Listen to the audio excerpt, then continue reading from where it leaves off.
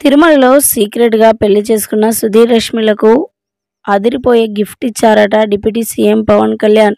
ఇప్పుడు వీటికి సంబంధించిన విషయాలైతే ప్రస్తుతానికి సోషల్ మీడియా వేదికగా వైరల్‌గా మారుతూ ఉన్నాయి. ఇక డిప్యూటీ సీఎం పవన్ కళ్యాణ్ గురించి మనందరికీ తెలిసిందే.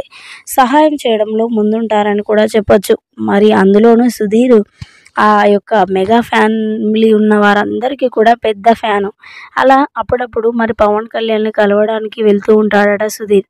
ఈ నేపథ్యంలోనే మన ఇండస్ట్రీ వాడే, బుల్లితెర వాడు అని తెలిసికున్న పవన్ కళ్యాణ్ మరి సుధీర్ విషయంలో కూడా జోక్యం చేసుకుంటున్నట్లుగా వార్తలైతే వినిపిస్తున్నాయి. సుధీర్ మరి పవన్ కళ్యాణ్ బర్త్‌డేకి వెళ్ళి భారీ గిఫ్టులు ఇవ్వడం ఇలాంటివి కూడా చేసేవాడట.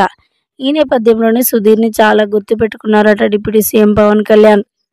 ఇక సుధీర్ అలాగే రష్మి ఇద్దరు ప్రేమించుకున్నారు. తిరుమలలో సీక్రెట్‌గా పెళ్లి చేసుకుంటున్నారని తెలియగానే వెంటనే ఒక్క నిమిషం కూడా ఆలోచించకుండా డిప్యూటీ సీఎం పవన్ కళ్యాణ్ మరి వెళ్ళినట్లుగా వార్తలైతే వినిపిస్తున్నాయి.